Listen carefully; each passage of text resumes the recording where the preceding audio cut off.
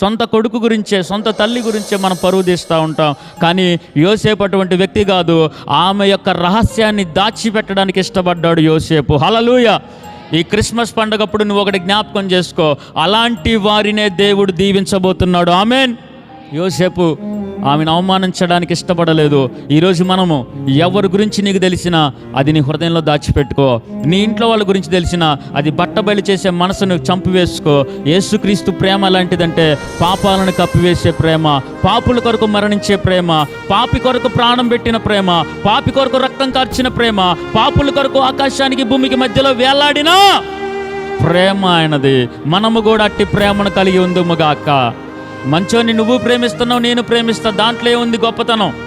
మంచోడికి నువ్వు చెప్తూ వందనాలు, అందరూ చెప్తారు, దాంట్లో ఏముంది గొప్పతనం? దేవుడు అంటున్నాడు, ఇదిగో చెడ్డవారి మీదను మంచివారి మీదను సూర్యుని ఉదయింపజేస్తున్నాను, చెడ్డవారి మీదను మంచివారి మీదను వర్షాన్ని కురిపిస్తా ఉన్నాను. నువ్వు చెడ్డవారిని మంచివారిని ఒకేలాగా పలకరించాలి, చెడ్డవారిని మంచివారిని ఒకేలాగా ప్రేమించాలి, ఒకేలాగా క్షమించాలి.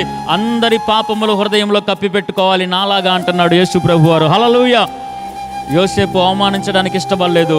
రహస్యంగా నా బ్రతుకు నేను బ్రతుకుతానులే అనుకున్నాడు. కానీ దేవుడు కలలో కనపడినప్పుడు వెంటనే దేవుడు మాటకు లోబడ్డాడు. స్తోత్రం కలుగునుగాక.